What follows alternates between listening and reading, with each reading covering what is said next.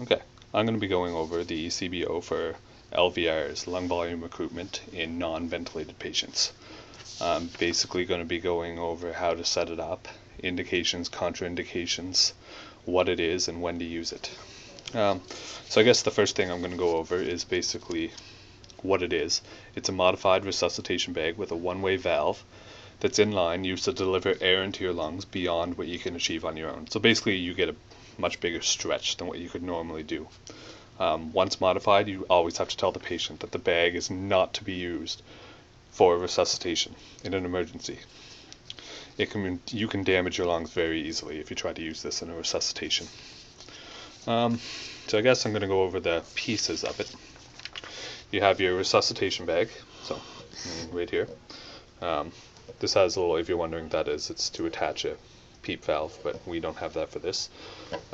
Corrugated tubing, we're using a 50cc corrugated tube.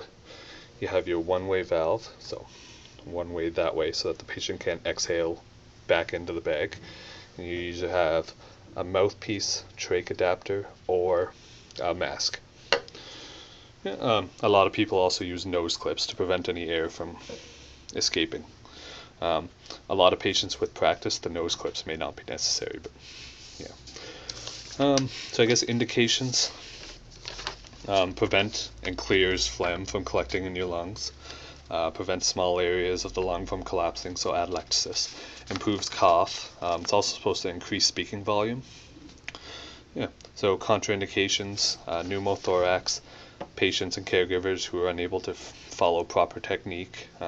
Some patients won't be able to make a proper seal around a mouthpiece, so you might have to use a mask. You pretty much always have someone helping you with this. It's kind of hard to do on your own. It's not impossible, but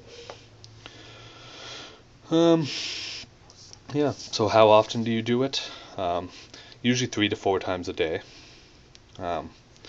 They usually 3 to 5 breaths equals 1 treatment. So to really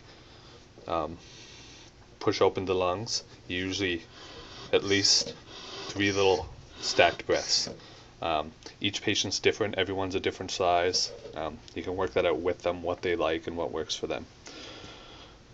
It's best to perform before meals and bedtime. You want to avoid gastric distension, and you don't want to do it right after you eat, just for vomiting. So basically how you do it. The first time you do this with a patient, you usually go quite slow. So you'll tell them, you'll put the mouthpiece on, do 1 breath, see how they feel. Try it again, go 1, 2, see how they feel, if it's too much of a stretch. But like I said, you're aiming for about 3 to 5. You want them to get used to it. It's quite a big stretch.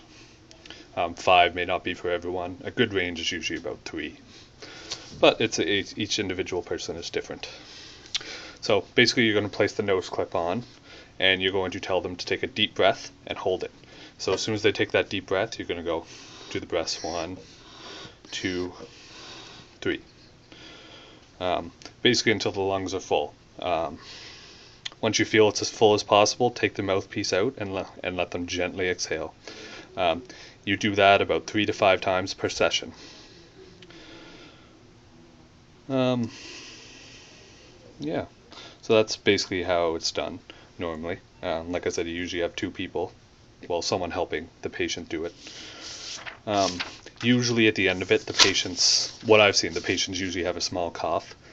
If it's a weak cough, a lot of times the person helping them do it will kind of help them. They'll hold on to the patient's sides, and when they do kind of have that weak little cough, they'll push in and up to kind of try to help them clear some of that stuff. So you can either grab their sides and push up, or push on the stomach and up.